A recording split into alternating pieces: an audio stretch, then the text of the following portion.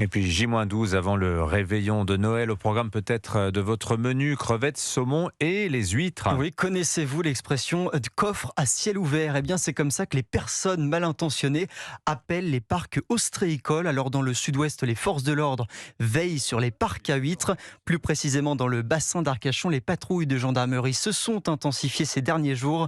Reportage du correspondant d'Europe 1, Stéphane Place. C'est très bien. Déjà qu'on a du mal à faire notre stock, donc si on est en plus volé, ça serait catastrophique. Des ostréiculteurs satisfaits de voir la surveillance des parcs à huîtres renforcée. Le dernier vol important remonte à 2 ans. Le major Jérôme Goussard dirige la brigade nautique de la gendarmerie d'Arcachon. En l'espace d'une marée, plusieurs tonnes d'huîtres peuvent être dérobées. Un vol de 4-5 tonnes d'huîtres, c'est plusieurs dizaines de milliers d'euros. Et en cette période cruciale, c'est fondamental de préserver la filière ostréicole. Alors nous avons une vedette qui nous permet d'être sur l'eau tous les jours. Et en plus, nous avons le renfort de moyens aériens, hélicoptères et surtout drones.